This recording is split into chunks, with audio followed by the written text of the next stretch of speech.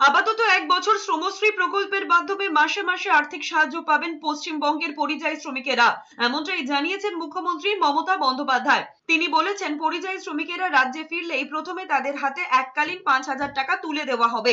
পরবর্তী 1 বছর মাসে মাসেও তাদের 5,000 টাকা করে দেওয়া হবে।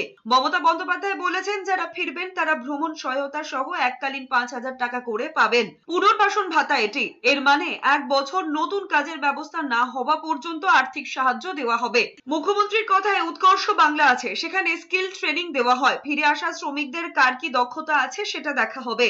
দক্ষতা থাকলে দরকারে প্রশিক্ষণ দিয়ে কর্মসংস্থানের ব্যবস্থা করা হবে।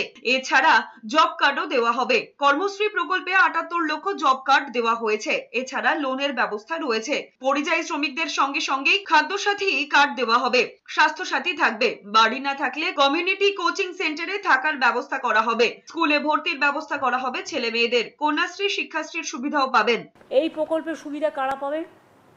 বাংলায় যে 22,40,000 পরিযায়ী শ্রমিক ভারতবর্ষের অন্যান্য রাজ্য এবং বিদেশে কাজ করছে, এবং যারা আমাদের পরিযায়ী শ্রমিক সংক্রান্ত যে পোর্টালে নাম নথিভুক্ত করেছেন, তারা এই শ্রমশ্রীর সুবিধে পাবেন।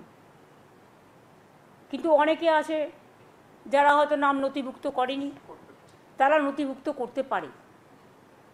এটা অনলি বাংলার পরিযায়ী শ্রমিক যারা বাইরে আছে বা অন্যান্য রাজ্য থেকে কর্মসংস্থান হারিয়ে ফিরে আসছেন তাদের জন্য।